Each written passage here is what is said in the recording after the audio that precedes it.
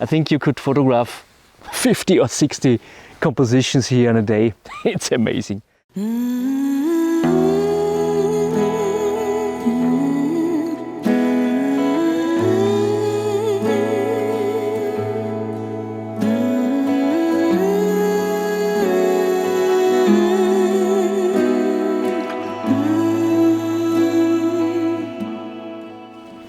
Hi my friends, a very good morning. Today I'm here in this beautiful woodland, and due to my two projects I'm working already since August this year, I didn't do as much location scouting for woodland photography for this autumn, to be honest. But yeah, I mean, on the one hand this is really bad, but on the other hand, yeah, I mean, I think the time is really good invested. So anyway, I'm really excited to be here today.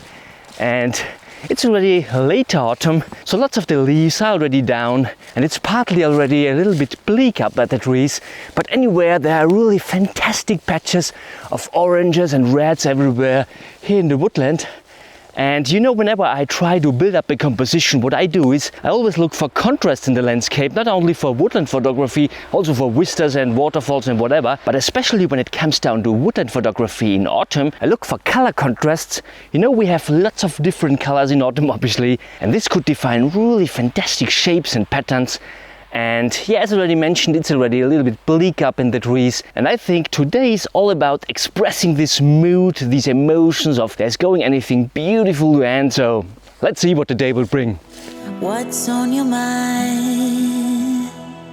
I see that you are struggling. Why wasting time to try to fix this on your own? You said you'd be alright, and round the corner is another day. Although I know that's a lie, I'm waiting for you to give it up. 'Cause there is some hidden love, hidden love, hidden love just for us.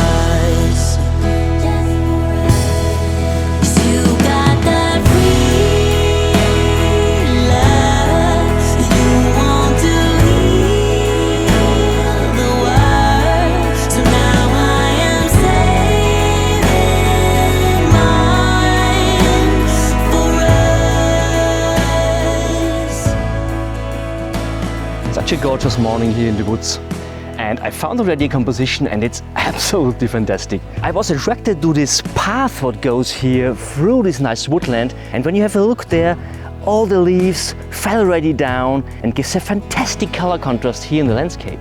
And I want to use this to add depth to my photograph. And we have all these fantastic colors up on the trees. So I got attracted to these oranges back there of this tree there beside this path. And we also have a little bit of reds here in the left, what looks really pretty good. And what I always try is to try to get depth into my woodland photographs. And so when we have a look there, the path already gives a fantastic depth through these amazing reds. But we also have this fantastic kind of S-curve here in the foreground. And I'm not sure if you can see this. It's really difficult to spot. It's a kind of wrinkle what goes back there into the path. And yeah, it looks really pretty good. So the conditions are not the best, to be honest. Yeah, it's overcasted. It's okay, I think. But I hoped for rain, to be honest, and it was rain predicted. But yeah, I mean, it is how it is, and I'm anyway really happy to be here because it's really wonderful to just to walk around in the woodland, and yeah, I really like this composition as well. From a technical side, I use a circular polarizer. It's early in the morning, but anyway, I try to screw and look through the polarizer. And what I saw is that we get much more saturation into the leaves, and this really adds to an autumn woodland photograph. I use f5.6 and I tried different ISOs, to be honest, because as already mentioned, it's early in the morning, it's really dark here, and I want to put my ISO down as much as possible, but when it's necessary, I definitely will increase it. So let's make the click.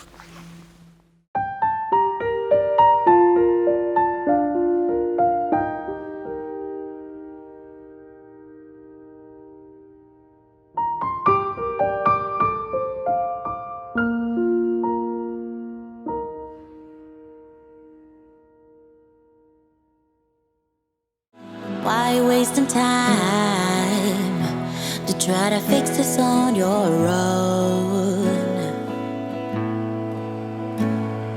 You said you'd be alright, around the corner is another day.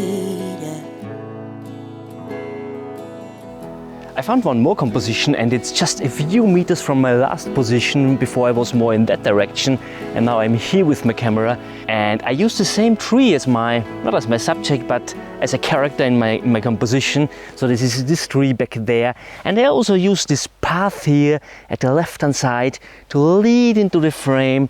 And this photograph is also all about the colors. So we have these fantastic oranges at the top of the image with this tree there.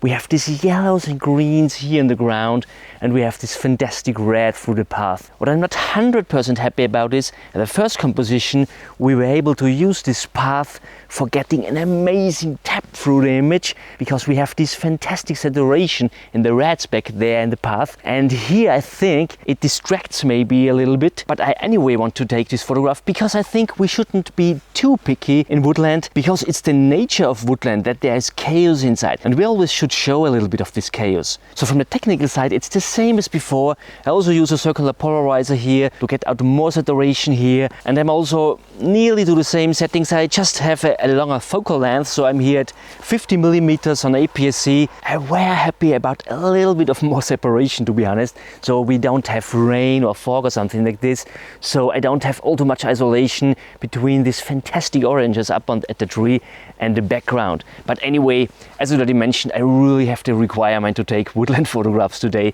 What's really fantastic is it's really still here. We don't have any wind. Just sometimes there and where comes a little bit of tiny wind through, so that we have a little bit of movement up in the leaves. But in most cases it's totally still, so that it's really possible also to get exposures of a second or something like this. So let's make the click.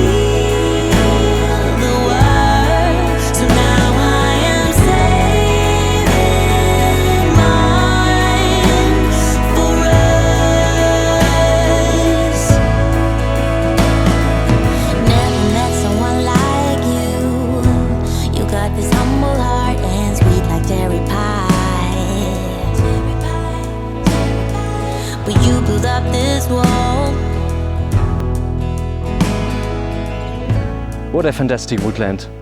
I found one more composition and I'm really happy with it. It's so easy to build up a composition just when you look at color contrasts. And I found this patch of orange back there through this amazing tree back there. And what I really like here is this fantastic color harmony between all the yellows on the bottom and the background and these awesome oranges up on the tree. It's really, really fantastic. And what I tried to do is I tried to frame the image with these vertical trees here at the right and also the verticals at the left. And what's really important here is I try to align the trees in the right way. So this means when I'm too far at the right and the right hand trees touch each other, and this doesn't look all too good, to be honest. And what I'm also really happy about here are these grasses here at the bottom. Well, so we have these fantastic yellow lines here in the bottom, what push a little bit up from the bottom. This looks really pretty good.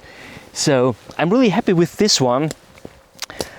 From the technical side, it's also the same as before. I'm at around 50 millimeters. I use a circular polarizer. Meanwhile, it got a little bit brighter, but I anyway go up with the ISO a little bit because, yeah, sometimes you get a tiny bit of wind through, and when you are not careful, you will see the movement in the photograph. So I'm really happy with this one. Let's make the click.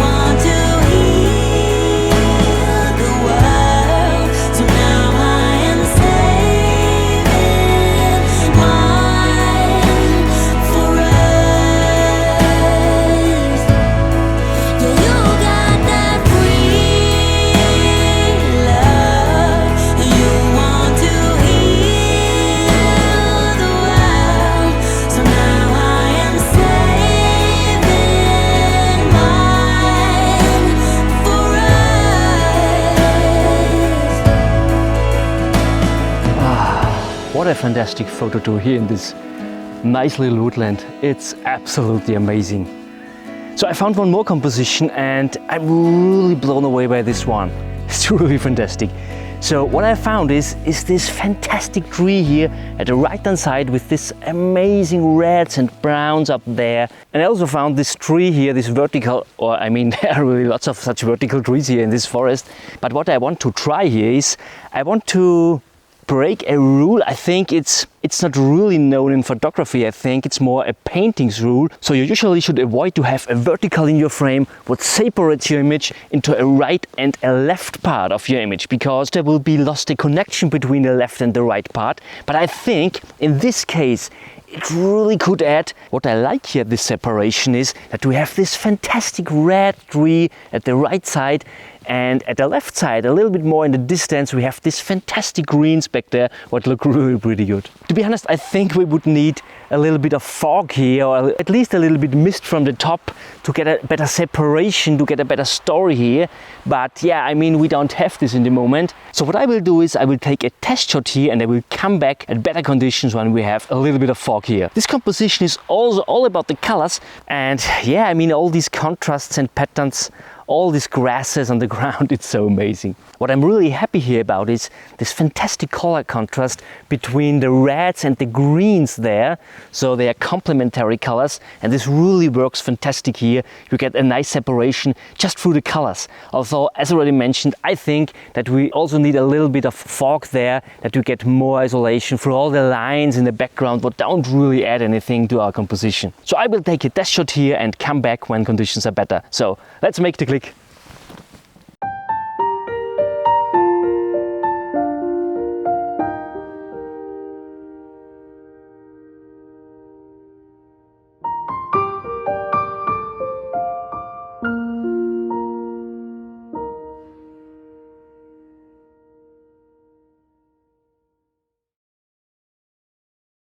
What a fantastic morning. I think it's definitely worth coming back here. It's really a fantastic piece of woodland. And yeah, it's really flat here, what's really not so often here in our area, because yeah, you know, I live in the mountains where everywhere it's steep and so on. And also most woodland is up in the mountains.